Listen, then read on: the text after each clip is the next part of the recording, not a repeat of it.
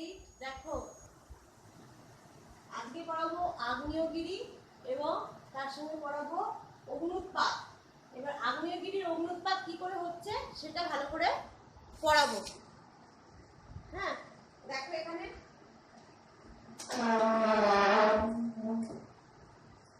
আগ্নেয়গিরির অগ্ন্যুৎপাতটা পড়াবো। প্রথমে দেখো এখানে আছে, এটা হচ্ছে ভূপৃষ্ঠ।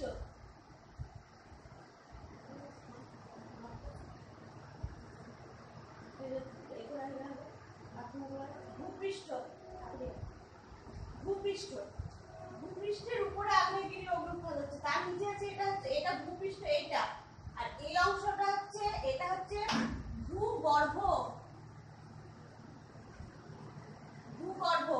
ভূগর্ভ মানে হচ্ছে এখানে দেখো এখানে ভূগর্ভ হচ্ছে, এখানে নিচে এটা হচ্ছে ভূগর্ভ, মানে এটা হচ্ছে কোথায় না অ্যাস্টেনোস্ফিয়ার, গুরুমণ্ডলের ওই অংশটা অ্যাস্টেনোস্ফিয়ারের নিচে। তাই তো আমরা কি দেখেছিলাম যে আমি কি বলেছিলাম যে যখন দুটো অভিসারী পাত, এটা একটা এই দিক থেকে আসছে, একটা এই দিক থেকে আসছে, ঠিক আছে, যখন দুটো অভিসারী পাত পরস্পরের কাছে এগিয়ে আসে, এটা এগিয়ে আসে, তখন কি হয় পরস্পরের কাছে এগিয়ে আসতে আসতে একে অভিসারী পাত সীমানা অঞ্চলের মধ্যে ধাক্কাপ্রাপ্ত হয়। তখন ভর এটা তখন আরে টুনটু আরে এসব ধর একটু, তো কি করবো আমি, তখন তো বলে যাচ্ছি। দেখো ক্লাস 8 আজকে আমি পড়াবো আগ্নেয়গিরির অগ্ন্যুৎপাত। হ্যাঁ, আগ্নেয়গিরির অগ্ন্যুৎপাত কিভাবে হচ্ছে সেটা তোমাদেরকে করাবো।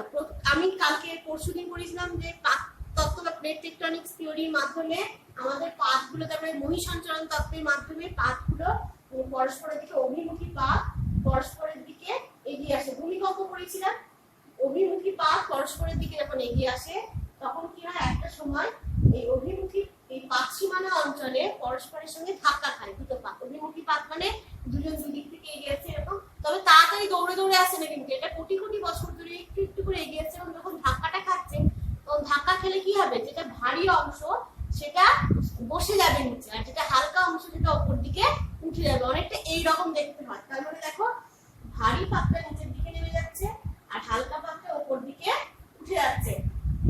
যখন এই ভারী পাতটা নিচের দিকে নেমে যাচ্ছে আর হালকা পাতটা উপর দিকে উঠে যাচ্ছে, তখন এর মধ্যে এই অঞ্চলটা আছে, এই অঞ্চলটা কি, এটা অ্যাস্টেনোস্ফিয়ার নিচে গুরুমণ্ডল, এর মধ্যে দিয়ে এখানে কি আছে, আছে ম্যাগমা। ম্যাগমা কি, ম্যাগমা হচ্ছে গলন্ত আগ্নেয় পিণ্ডের সঙ্গে আছে, আগ্নেয় পিণ্ডের সঙ্গে আছে বিভিন্ন রকম ধাতু এবং খনিজ একদম তরল অবস্থাতে। সেই তরল বা সাধারণ সেটা কি হচ্ছে প্লিউমের ভাগ। প্লিউম মানে হচ্ছে ম্যাগমার ঊর্ধ্বমুখী চলন, উপর দিকে যখন ম্যাগমাটা ওঠে তাকে বলে প্লিউম। প্লিউমের মতো উপর দিকে উঠে যাচ্ছে এটা, এখন এটা এইরকম করে বেরিয়ে যাচ্ছে, তাই তো বেরিয়ে যাচ্ছে। এটা বেরিয়ে এসে ঊর্ধ্বমুখী চাপে, পার্শ্ববর্তী চাপ এবং ঊর্ধ্বমুখী চাপের ফলে এটা বিভিন্ন জায়গায় যেখানে যেখানে ভূপৃষ্ঠের ফাটল সৃষ্টি হচ্ছে, এটা ভূপৃষ্ঠ, এটা ভূগর্ভ, এটা ভূপৃষ্ঠ। ভূপৃষ্ঠের এখানে যেখানে যেখানে ফাটল পাচ্ছে সেখান দিয়ে ম্যাগমাগুলো বেরোতে শুরু করবে। এবার কি হবে, যেখানে যেখানে ফাটল পাচ্ছে সেখানে সেখানে ম্যাগমা বেরোবে, সেগুলো লাভা। যে ম্যাগমাটা যখন বেরিয়ে যাবে তখন তাকে বলা হবে লাভা। এবার কি সব জায়গায় লাভা কিন্তু একসঙ্গে বিচ্ছুরিত হবে না, সব জায়গায় একসঙ্গে বিচ্ছুরিত হবে না। হ্যাঁ, এখানে কি হবে, লাভাগুলো আস্তে আস্তে চারিদিকে ছড়িয়ে পড়বে, ঠিক আছে, নিয়ে এটা আস্তে আস্তে জমে জমে জমে জমে সঞ্চয়িত পর্বতের সৃষ্টি করবে। এটা কি বলবে, লাভা পর্বত বা আগ্নেয়গিরি বলে এটাকে। এটাকে লাভা পর্বত বা আগ্নেয়গিরি বলে। এটাকে এই লাভা পর্বত বা আগ্নেয়গিরির মধ্যে এই ম্যাগমা লাভাগুলো সঞ্চিত হতে হতে হতে হতে কি হয়, যখন আবার একটা ম্যাগমার প্রবাহ উপর দিকে আসে তখন এটা কি হয়, একদম প্রচন্ড বেগে একদম বাস্ট করে বেরিয়ে আসে। সেটা দেখো এখানে বেরিয়ে আসে, দেখে ছবি এঁকেছি, এখানে বেরিয়ে আসছে এবং খুব বিচ্ছুরিত হচ্ছে, খুব জোরে জোরে, ঠিক আছে, আগুনের একদম ভরকার মতো। হ্যাঁ, তার সঙ্গে বেরোচ্ছে কি শুধুমাত্র কি ম্যাগমা বেরোয়, লাভা বেরোয়, এটাকে লাভা বলছে। তখন লাভার মধ্যে কি থাকে, লাভার সঙ্গে থাকে সিন্ডার, ছাই, ভস্ম এবং তার সঙ্গে থাকে জলীয় বাষ্প একসঙ্গে বেরোয়, ঠিক আছে। এটাকেই বলা হয় অগ্ন্যুৎপাত। তাহলে আগ্নেয়গিরি কি, আগ্নেয়গিরি হচ্ছে এই যে ম্যাগমার প্লিউমটা একবার ঊর্ধ্বমুখী চলনটা যখন গিয়ে আস্তে আস্তে বেরিয়ে সাইড দিয়ে দিয়ে ভূপৃষ্ঠের বিভিন্ন ফাটল দিয়ে বেরিয়ে সঞ্চিত হয়ে হয়ে যে পর্বতটা তৈরি করে সেটা হচ্ছে সঞ্চয়িত পর্বত বা আগ্নেয়গিরি। ম্যাগমা দ্বারা গঠিত পর্বতই হচ্ছে সঞ্চয়িত পর্বত বা আগ্নেয়গিরি। এরপরে আগ্নেয়গিরির মধ্যে ম্যাগমাগুলোর আবার দ্রুত চলন মানে ধীরে ধীরে চলন বা দ্রুত চলন ক্রমে আস্তে আস্তে ঊর্ধ্বমুখী চলনের ফলে কি হয় এই অঞ্চলটায় প্রচন্ড চাপ যেখানে সেখানে বাষ্পের ওপর দিকে একদম আগুনের হলকার মতো ঝর্ণার মতো বেরিয়ে পড়ে তাদেরকে বলা হয় সেই বিচ্ছুরিত হয় বিস্ফোটিত হয়, সেটাকে বলা হয় সেই ঘটনাটাকে বলা হচ্ছে অগ্নুৎপাত। অগ্নুৎপাতের সময় কি হয়? অগ্নুৎপাতের সময় লাভার সঙ্গে সিন্ডার, ছাই, ভস্ম, পাইরোক্লাস্ট নামক ছোট ছোট পাথর আছে সেগুলো বেরিয়ে আসে। ঠিক আছে, এটা হচ্ছে তাহলে আগ্নেয়গিরি। এবার বলেছি যে আগ্নেয়গিরি কয় প্রকারের হয়? আমরা আগ্নেয়গিরি জানি 3 প্রকারের হয়, তাই তো? একটা সুপ্ত আগ্নেয়গিরি, একটা জীবিত আগ্নেয়গিরি, একটা মৃত আগ্নেয়গিরি। সুপ্ত মানে হচ্ছে যেটা অনেক দিন ধরে অগ্নুৎপাত হয়নি কিন্তু মাঝে মাঝে কখনো আবার হতে পারে অগ্নুৎপাত, সেটা কখনো হয়েছে অগ্নুৎপাত কিন্তু সেটা অনেক দিন ধরে হয়নি অগ্নুৎপাত, আবার সেটা কিছুদিন পর হতে পারে সেই পর্বত, সেটা হচ্ছে সুপ্ত আগ্নেয়গিরি। আর এবার হচ্ছে সুপ্ত আগ্নেয়গিরি। এরপর হচ্ছে কি জীবিত আগ্নেয়গিরি, যেটার মধ্যে সুপ্ত অবস্থায়, সুপ্ত মানে হচ্ছে লুকিয়ে থাকা, ঠিক আছে, সেই আগ্নেয়টাকে বলে সুপ্ত আগ্নেয়। জীবিত আগ্নেয়গিরি হচ্ছে বা সবিরাম আগ্নেয়গিরি বলে, এটার কোনো বিরাম নেই, সব সময় অগ্নুৎপাত হতেই থাকে, তাকে বলে সবিরাম আগ্নেয়গিরি। আর একটা হচ্ছে অবিরাম আগ্নেয়গিরি, এটা কিন্তু এই জীবিত আগ্নেয়গিরির মধ্যে বলে, এটা একটু বিরাম অবস্থায়, মানে কিছুদিন অগ্নুৎপাত হলো, আবার কিছুদিন মধ্যেখানে হলো না, তারপরে আবার কিছুদিন পর হলো, তাহলে এটাকে বলছে অবিরাম আগ্নেয়গিরি, সবিরাম আর অবিরাম। এবার হচ্ছে দেখো এখানে তারপরে হচ্ছে যে আগ্নেয়গিরি সেটা হচ্ছে মৃত আগ্নেয়গিরি। মৃত আগ্নেয়গিরির মধ্যে একদা মানে অনেকদিন আগে অগ্নুৎপাত হয়েছিল কিন্তু বর্তমানে আর অগ্নুৎপাত ওখানে হয় না। ওখানে কি হচ্ছে ওই অঞ্চলটায় ওই আগ্নেয়গিরির ওই যে আগ্নেয়গিরিতে জল জমে হ্রদের সৃষ্টি হয়েছে, এরকম আছে আগ্নেয়গিরি। তাহলে এই প্রকার 3 প্রকার আগ্নেয়গিরি আমরা দেখতে পাই। অগ্নুৎপাতের ফলে কি হয়? অগ্নুৎপাতের ফলে কি হয় দেখো, অগ্নুৎপাতের ফলে হচ্ছে কি, একটা হচ্ছে প্রথমে আগ্নেয় যে ম্যাগমা সেটা বেরিয়ে যায় লাভা হিসেবে সঞ্চিত হতে থাকে। দুটো ফলাফল, একটা তো ধ্বংসাত্মক, একটা গঠনাত্মক। ধ্বংসাত্মক যেটা সেটা হচ্ছে তার আশেপাশে যে মানে বাড়ি ঘর বা সেই ভূমিভাগ সেটা কি হয়, নষ্ট হয়ে যায়। এর মধ্যে যদি লাভা, সিন্ডার, ছাই, বর্ষ জমে যায় সেখানে কি হবে, সেখানে বাড়ি ঘর পুড়ে যাবে, বনসম্পদ নষ্ট হয়ে যাবে, তাই তো, ধ্বংস হতে পারে। যেমন বলছি যে 1979 সালে প্রাচীন রোমে পম্পেই শহরের মধ্যে এরকম একটা আগ্নেয়গিরির অগ্নুৎপাতে শহরটাই নষ্ট হয়ে গেছিল। তারপরে দ্বিতীয় হচ্ছে কি, আগ্নেয়গিরির বিস্ফোরণের ফলে ছাই, বর্ষ, বিষাক্ত গ্যাস বেরোয়, সেই ছাই, বর্ষ, বিষাক্ত গ্যাস বায়ুমণ্ডলের মধ্যে ছড়িয়ে যায়, তাহলে বায়ুমণ্ডলের কি হয় না দূষণ সৃষ্টি হয়, বায়ু দূষণ হয়। তৃতীয় ফলাফল কি হচ্ছে, আগ্নেয়গিরির বিস্ফোরণের ফলে স্ট্র্যাটোস্ফিয়ারের ওজোন স্তরকে ধ্বংস করে দেয়। ওজোন মণ্ডল আছে আমাদের স্ট্র্যাটোস্ফিয়ারে, ওজোন স্তরকে ধ্বংস করে দিতে পারে এই আগ্নেয়গিরির ফলে বিষাক্ত যে বায়ুটা বেরোয় সেটা ধ্বংস করে দিতে পারে। আর তারপরে বলছি যে আগ্নেয় বিস্ফোরণের ফলে যে ছাই, বর্ষ, ধোঁয়া ছড়ায়, এই একই বলেছি, যেটা কি হয় না সেটা বায়ুমণ্ডলকে করে দেয়, মানে দূষণ সৃষ্টি করে, বায়ু দূষণের সৃষ্টি করে। এবং কি হয়, পৃথিবীর উপরে যে আমরা পড়েছিলাম কাঁচের ঘর বা গ্রিন হাউস, সেই গ্রিন হাউসের মধ্যে একটা জালের সৃষ্টি করে, যার মাধ্যমে কি হয়, তাপটা পৃথিবীর বাইরে আর প্রতিফলিত হতে পারে না। তখন কি হয়, রাত্রিবেলাতেও দেখবে আমাদের কি হয় যে আমাদের তাপটা আস্তে আস্তে বাইরে যেতে পারছে না। যেমন আমাদের কি হয়েছে বর্তমানে দেখেছো যে এত 6টা ঋতুর মধ্যে কিন্তু সব ঋতু আমরা দেখতে পাই না। এখন এত বেশি পরিবেশ দূষণ যে আমাদের 3টে ঋতুই প্রধান দেখতে পাওয়া যায়। একটা হচ্ছে গ্রীষ্মকাল, সবসময়তেই থাকে, গ্রীষ্মকালটা ম্যাক্সিমাম গরমই থাকে, তারপরে মাঝে একটুখানি বর্ষা হয় এবং তারপর শীত হয়, শীতটা খুবই কম। বসন্ত বা শরৎ, হেমন্ত, এই 3টে ঋতু আমরা দেখতে পাই না। কেননা এটা আমাদের পরিবেশ দূষণের ফলে হচ্ছে। সেই পরিবেশ দূষণের ফলে তাপমাত্রা বাড়তে থাকলে গ্রীষ্মকাল বাড়তে থাকবে, ঠিক আছে, মানে গ্রীষ্মের পরিমাণটা বাড়তেই থাকবে, তাপমাত্রা তো প্রতিফলিতই হতে পারবে না। এখানে যদি একটা ধরো মশারি তুমি টাঙিয়ে ঘুমোচ্ছ, মশারির মধ্যে বায়ু যতটা ঢুকবে, তুমি যদি একটু খালি মশারি ছাড়া ঘুমো তো তোমার গায়ে বেশি হাওয়া লাগবে, ভালো লাগবে বেশি গরমকালে, তাই তো? সেরকম অবস্থা এখানে তাপমাত্রাটা বেরোতে প্রতিফলিতই হতে পারছে না, কারণ কি হচ্ছে এখানে একটা জালের মতো সৃষ্টি করে দিয়েছে ওই ধোঁয়াটা, বিষাক্ত ধোঁয়াটা, তাই বলছে এখানে। এবার বলছে যে এটা তো হলো একটা ধ্বংসাত্মক ফলাফল, এগুলো গঠনাত্মক কি একটা জিনিস ভালো হয় যে এখানে যে আশেপাশে জমিগুলো থাকে এগুলো যদি অনুর্বর জমি হয়, এর মধ্যে সেই লাভা ম্যাগমা যেটা পড়ে, ম্যাগমা বা লাভাটা এখানে সঞ্চিত হয়, জমিটা উর্বর, বিভিন্ন খনিজ পদার্থ থাকে বললাম আমি, পাইরোক্লাস্ট খনিজ পদার্থ বিচ্ছুরিত হয় ওটার সঙ্গে, সেগুলো জমিটাকে উর্বর করে দেয়, সেই জমিতে ভালো ফসল পরবর্তীকালে মানে করতে পারে। যদি যেখানে যদি ছাই না থাকে তাহলে সেখানে ভালো ফসল উৎপন্ন হতে পারে। এটা হচ্ছে আগ্নেয়গিরির অগ্নুৎপাত। এরপর তোমরা যেটা এটা পড়াবো পরের দিন, সেটা হচ্ছে আমি পড়াবো হচ্ছে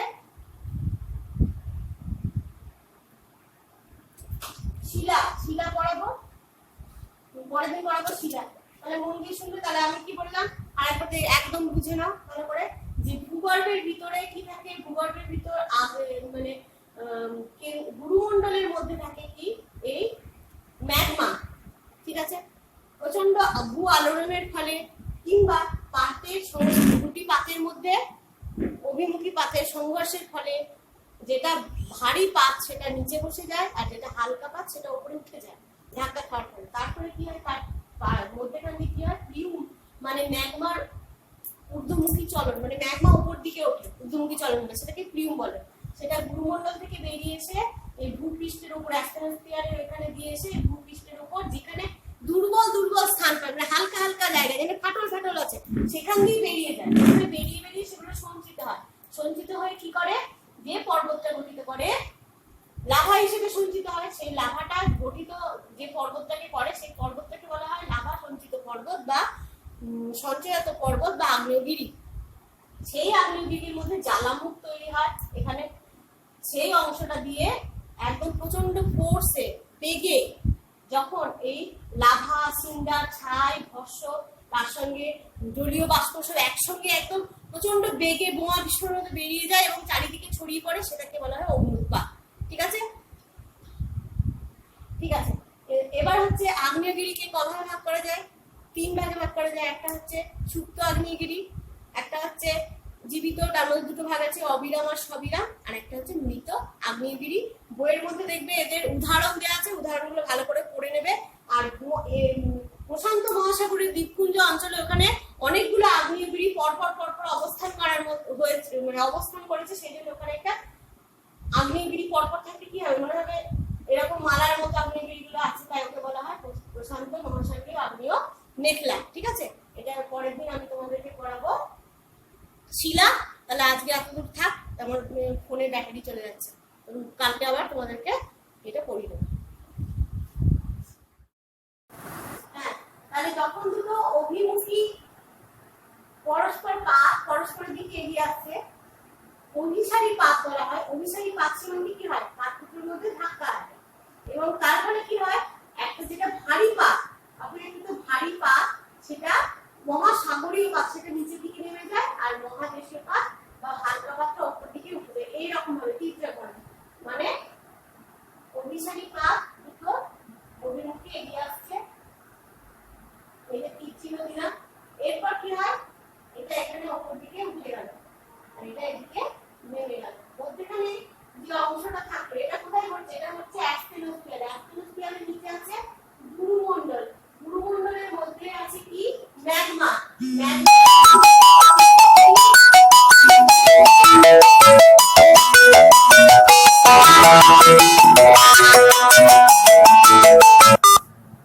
ওপর দিকে উঠে যায় এবং ওপর দিকে উঠে যাওয়ার পরে একটা কি হয়, প্রচন্ড পরিমাণে একটা আলোড়ন হয়, হ্যাঁ, ধাক্কা লাগার ফলে।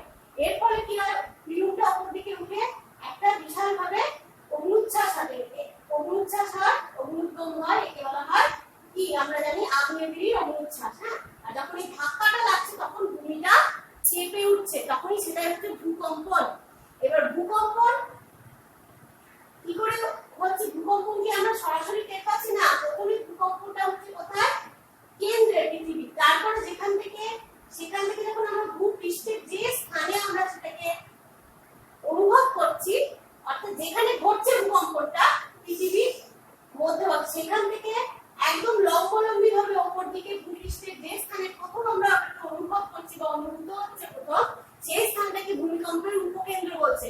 সেইখান থেকেই কিন্তু আমরা বুঝতে পারছি, আমরা কিন্তু ভূমিকম্পের কেন্দ্রে যখন ভূকম্পনটা শুরু হয় তখন আমরা বুঝতে পারি না, আমাদের যখন ভূকম্পের উপকেন্দ্রের মধ্যে ভূকম্পনটা শুরু হয় তখনই আমরা বুঝতে পারি। তাহলে ভূকম্পন সৃষ্টি হয় ভূকম্পের কেন্দ্রের মধ্যে, সেটাকে বলা হয় ভূমিকম্প কেন্দ্র। প্রথম যখন যেখানে ভূমিকম্পটা অনুভূত হচ্ছে সেটা হচ্ছে ভূকম্পন কেন্দ্র। ভূকম্পন কেন্দ্রের ঠিক উপর দিকে লম্বভাবে যে স্থানে ভূপৃষ্ঠের উপরে প্রথম ভূমিকম্পটা আমরা বুঝতে পারছি সেটা হচ্ছে ভূমিকম্পের উপকেন্দ্র। ঠিক আছে, তাহলে ভূমিকম্পের কেন্দ্র এবং উপকেন্দ্র। উপকেন্দ্র হচ্ছে ভূপৃষ্ঠের উপরে যেখানে আমরা বুঝতে পারি, আর যেখানে ভূমিকম্পটা শুরু হয় বা তৈরি হয় সেটা হচ্ছে ভূমিকম্পের কেন্দ্র। আর তার ঠিক উলম্বভাবে উপর দিকে মন দিয়ে শুনলে সেটা হচ্ছে ভূপৃষ্ঠের যে স্থানে আমরা প্রথম অনুভূত হই সেই স্থানটা হচ্ছে ভূমিকম্পের উপকেন্দ্র। এরপর বলছে এটা কি হয়, তারপরে চারিদিকে একটা তরঙ্গের আকারে, চারিদিকে এরকম তরঙ্গের আকারে ছড়িয়ে পড়ে, সেটাকে বলা হয় ভূমিকম্প তরঙ্গ। সেটাকে বলা হয় ভূমিকম্প তরঙ্গ। তাহলে আমরা কি করলাম, যে দুটো অভিসারী পাতের ধাক্কার ফলে, আকস্মিক ধাক্কার ফলে সৃষ্টি হয় ভূমিকম্পের একটা কম্পন, এটাকে বলা হয় ভূমিকম্প। এই ভূমিকম্পটা পৃথিবীর যেখানে অর্থাৎ অ্যাটমসফিয়ারে ওইখানেই উৎপত্তি হয়, তাহলে ওটা হচ্ছে ভূমিকম্পের কেন্দ্র যেখানে উৎপত্তি হচ্ছে। এরপর ভূমিকম্পের কেন্দ্রের ঠিক উলম্ব উপরে ভূপৃষ্ঠে যে অংশ, মানে আমরা যেখানে আছি ভূপৃষ্ঠের উপর অবস্থান করছি, সেখানে যখন যেখানে প্রথম অনুভূত হচ্ছে সেটা হচ্ছে ভূমিকম্পের উপকেন্দ্র। আমরা ভূমিকম্পের উপকেন্দ্র থেকে বুঝতে পারছি। তারপরে কি হয়, সেই ভূমিকম্পের উপকেন্দ্র থেকে তরঙ্গ আকারে চারিদিকে কি হচ্ছে, ছড়িয়ে যাচ্ছে ভূমিকম্পটা, এটাকে বলছে ভূমিকম্প তরঙ্গ। ভূমিকম্প তরঙ্গ তিন প্রকারের হয়, একটা হচ্ছে পি তরঙ্গ,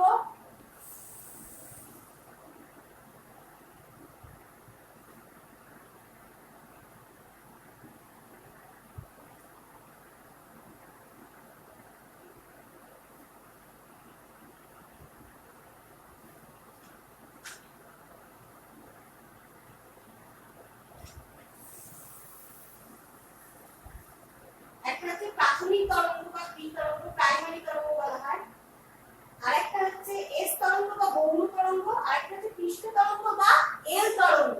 তাহলে পি তরঙ্গটা হচ্ছে প্রাথমিক তরঙ্গ, তারপরে এস তরঙ্গটা হচ্ছে সেকেন্ডারি ওয়েভ বা গৌণ তরঙ্গ। প্রাথমিক মানে কি, প্রাইমারি, ইংরেজি প্রাথমিক ইংরেজি ভাষা হচ্ছে প্রাইমারি, তাই প্রাইমারি তরঙ্গ মানে পি তরঙ্গ মানে প্রাথমিক তরঙ্গ। দ্বিতীয় তরঙ্গটার নাম হচ্ছে গৌণ তরঙ্গ বা সেকেন্ডারি ওয়েভ, তরঙ্গর ইংরেজি হচ্ছে ওয়েভ। আর পৃষ্ঠ তরঙ্গ বা এল তরঙ্গ, এই তিনটি তরঙ্গ দেখা যায়। প্রাথমিক তরঙ্গ কাকে বলে, যে তরঙ্গের গতিবেগ থেকে প্রতি সেকেন্ডে 5 থেকে 14 কিলোমিটার বেগে এটা তরঙ্গায়িত হয়। প্রাথমিক তরঙ্গের গতিবেগ সবথেকে বেশি। প্রাথমিক তরঙ্গ কোথায় হয়, প্রাথমিক তরঙ্গ যেখানটায় প্রথম ভূমিকম্প অনুভূত হয় ভূপৃষ্ঠের ভিতরে, সেইখানটায় প্রাথমিক তরঙ্গ শুরু হয়। গৌণ তরঙ্গ হচ্ছে এই তরঙ্গের গতিবেগ সেকেন্ডে 3.5 থেকে 7.2 কিলোমিটার। এই তরঙ্গের গতিবেগ পি তরঙ্গের থেকে কম, মানে প্রাথমিক তরঙ্গের থেকে কম, কিন্তু পৃষ্ঠ তরঙ্গের থেকে আবার অনেক বেশি। পৃষ্ঠ তরঙ্গ নেই, এল তরঙ্গ। প্রাথমিক ও গৌণ তরঙ্গের মিলিত প্রভাব হচ্ছে ভূমিকম্পের উপকেন্দ্র আমরা দেখতে পাই, সেটা হচ্ছে উপকেন্দ্রে যে তরঙ্গটা দেখতে পাই সেটা হচ্ছে এল তরঙ্গ বা পৃষ্ঠ তরঙ্গ।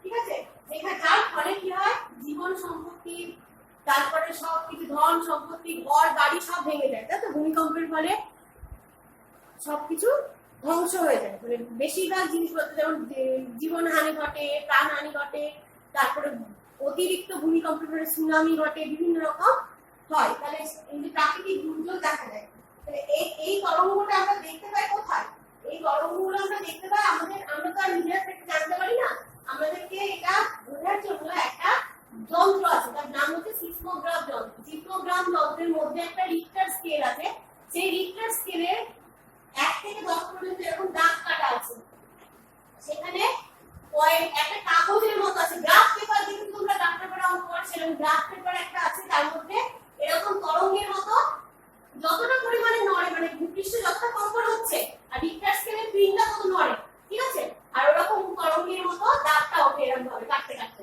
সেই দাগটা যে যতটা পরিমাণে, ধরো 1 থেকে 5 পর্যন্ত দাগটা মানে নর্মাল, 5-এর উপরে উঠে গেলে একটু বেশি, এবার 7-8 হয়ে গেলে যখন 7.5 বা 6.5 বা 7.5 হয়ে গেল তখন অতিরিক্ত ভূমিকম্পের সৃষ্টি হয়েছে, তখন অবশ্যই সুনামি হবে। ঠিক আছে, এইভাবে আমাদেরকে দেখায় সিসমোগ্রাম যন্ত্র এবং রিক্টার স্কেল আমাদেরকে ভূমিকম্পটা কত দূর হচ্ছে, তার গতিবেগ কত, তীব্রতা কত সেটা আমরা জানতে পারি।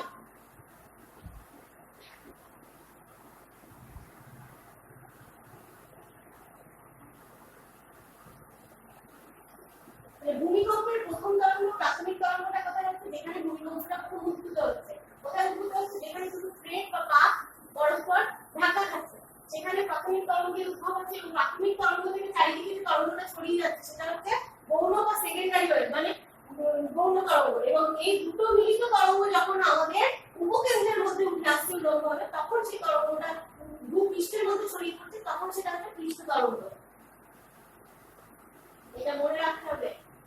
তারপরে হচ্ছে দেখো বলেছে যে এই ধরনের তরঙ্গ, এটা হচ্ছে ভূমিকম্প। ভূমিকম্প আমরা জানলাম কি আজকে ভূমিকম্প বলে থাক, পরের দিন আবার লাভা আগ্নেয়গিরি অগ্নুৎপাত করাবো। ঠিক আছে, এই ভূমিকম্প যখন 6.5-এর বেশি হয়ে যায় তখনই 6.5 মানে বিপদসীমার উপরে ভূমিকম্প, তখনই আস্তে আস্তে সুনামি বা সমুদ্রের জলোচ্ছ্বাস বলা হয় যেটাকে, সেটা দেখা যায়। অতিরিক্ত ভূমিকম্পের ফলে কি হবে, অতিরিক্ত ভূমিকম্পের ফলে কি হয়, ভূমিকম্পের ফলে হচ্ছে ভূমি ধস হয়, ত্রুটি বা ফাটলের সৃষ্টি হয়, অনেক, তারপরে হচ্ছে বিভিন্ন রকম সমুদ্র খাতের সৃষ্টি হয়। এছাড়া অগ্নুৎগিরি অগ্নুৎগম মানে হচ্ছে অগ্নুৎগিরি অগ্নুৎগম হয়। তারপরে হচ্ছে অনেক ফাটল দেখা যায়। এছাড়া ঘর বাড়ি ধন সম্পত্তি নষ্ট হয়, বন্যা দেখা যায়, কোথাও কোথাও সুনামি দেখা যায়, প্রভৃতি ভূমিকম্পের ফলাফল। আর ভূমিকম্পের কারণ হচ্ছে পাত সংস্থান তত্ত্বের মধ্যে পাতের সঞ্চালন এবং এই যে প্লিউ, পাতের সঞ্চালনের ধাক্কা খাওয়ার ফলে যে প্লিউটা উপর দিকে উঠে আসে, তারপরে ভূমিকম্প হয়। কিন্তু এটা তো হলো প্রাথমিক, এটা হলো কি বলবো প্রাকৃতিক কারণ, কিন্তু মানবিক কারণ আছে, যেমন বিভিন্ন রকম বোমা বিস্ফোরণ, তারপরে হচ্ছে ডায়নামাইট থাকে, পাথর ভাঙে, যেমন ক্যাটার আছে এখানে বিভিন্ন জায়গায় পাথর ভাঙে, সেখানে তার ফলে একটা মৃদু ভূমিকম্প হতে পারে। ঠিক আছে, বিভিন্ন রকম ফাটল ত্রুটির ফলে, বিভিন্ন রকম মানবিক অত্যাচারের ফলেও নানা রকম ভূমিকম্প সৃষ্টি হতে পারে। ঠিক আছে, আজকে এতদূর থাক, তাহলে এর পরের দিন আমি তোমাদেরকে